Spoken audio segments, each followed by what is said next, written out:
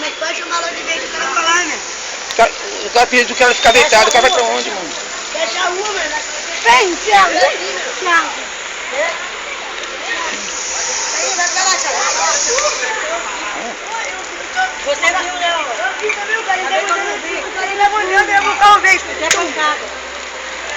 Ah, o cara vai levantar daí, meu Deus. Não pode levantar não, gente. Meu Deus, não levanta, cara. Não levanta. Não pode levantar não. Seca a rua, mano. Seca a rua. Vocês não entenderam. O cara tá grogue.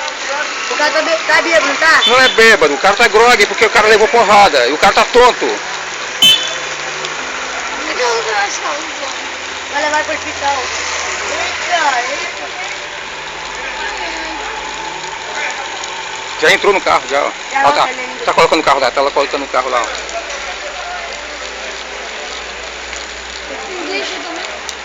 Caramba, meu. Ajuda, tá ajudando, botando no carro, ué. Tá levando, tá botando no carro já, ué.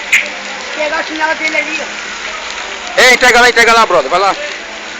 Pega aí, menino, pelo amor de Deus. Não, cuidado, menino. Mas o que, cara? Cara, mano, calma. Caramba, acidente aqui na Angra de Etulândia. Na Tararaca. Você tá bem pé ainda. Eu bebo, mas eu bebo com meu dinheiro, não bebo porra nenhuma. Você tá bem pé ainda, né? Ah, não bebo porra nenhuma. Vai cair. Ainda bem que o cara socorreu o rapaz que caiu lá.